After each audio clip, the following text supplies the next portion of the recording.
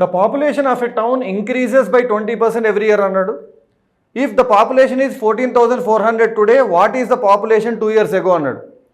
ఇది కూడా మనకి 20% ఇంక్రీజ్ ఎవ్రీ ఇయర్ 2 years అన్నాడు అంటే 2 times కాంపౌండింగ్ జరిగింది. 20% ఎవ్రీ ఇయర్ కాంపౌండింగ్ అంటే 120% అంటాము. 120 కాంపౌండ్ వస్తే 12 square అంటాము. సో మనకి 12 square ఐడియా ఉందా లేదని అడుగుతున్నాడు క్వశ్చన్లో. సో ఒక పాపులేషన్ 2 years బ్యాక్ ఉన్నదానికి 12 square మల్టిప్లై 14,400 అయింది. 12 square ఎంతమ్మా? 144 కదా. సో ఎవరికి 144 మల్టిప్లై అవుతే 14,400 వస్తుంది అని అడుగుతున్నాడు డైరెక్ట్గా. సో 144 14,400 చూస్తే 144 క్యాన్సిల్ అయ్యి మీకు పీ వాల్యూ ఏం మిగులుతుందమ్మా? 10,000 మిగులుతుంది. సో ఇలా మీరు కాంపౌండింగ్ అనే కాన్సెప్ట్ నేర్చుకొని పర్సంటేజ్ క్వశ్చన్స్ ఈజీగా క్రాక్ చేయాలనుకుంటే కింద డిస్క్రిప్షన్ లింక్లో ఉన్న యాప్ డౌన్లోడ్ చేసుకొని మన కోర్సెస్ ఎన్రోల్ అయ్యి మీరు అనుకునే ఎగ్జామ్స్ క్రాక్ చేయండి. మీకు కింద డిస్క్రిప్షన్లో లింక్ ఉంది, యాప్ డౌన్లోడ్ చేయండి.